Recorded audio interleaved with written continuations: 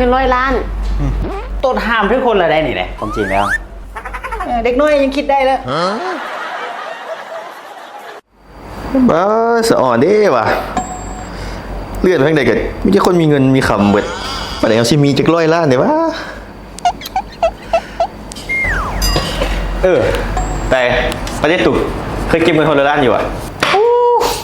อย่าว่าแต่100 ล้านเถอะล้านหนึ่งกูยังบ่ฮอดจำนี่นะจักสิค่าห้องจักสิค่ากินจักค่าบัตรน้ำหมอกน้ำมันยังบ่พอแล้วมึงจะเอาจริงฮอด100 ล้านล้านหนึ่งให้มันได้ก่อนนี่นะตัวนี้ก็ไม่ได้เรื่องเนาะสิปรึกษาอย่างบ่ได้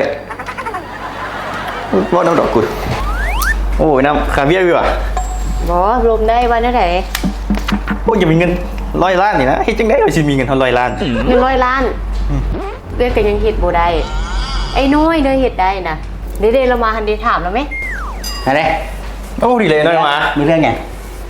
พอดีว่าอยากเก็บเงิน100 ล้านเก็บเงินหาวิธีนี่หาไปกับผมจักคนต้นห้ามทุกคนละได้นี่แหละความจริงแล้วดีเป็นไงวิธีไหนโอ้ยมันสิยากยังขั้นตัวอยากได้เงิน100 ล้านน่ะนะบางคนน่ะคิดยากตัวโฮบอป่องเบียร์นะเขาซื้อป่องละพันก็บ่ยากตัวแค่กินให้ได้200,000 ป๋องกินให้ได้200,000 ป๋องให้ได้200,000 ป๋องตัวก็ไปขายตัวก็ได้เงิน100 ล้าน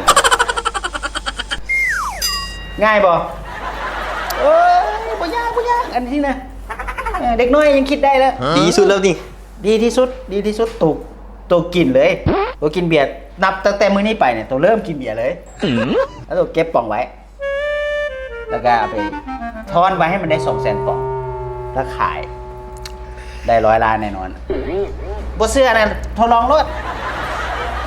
ได้แล้วขอบใจเรื่องง่ายๆบ่ได้ซอยอย่างเลย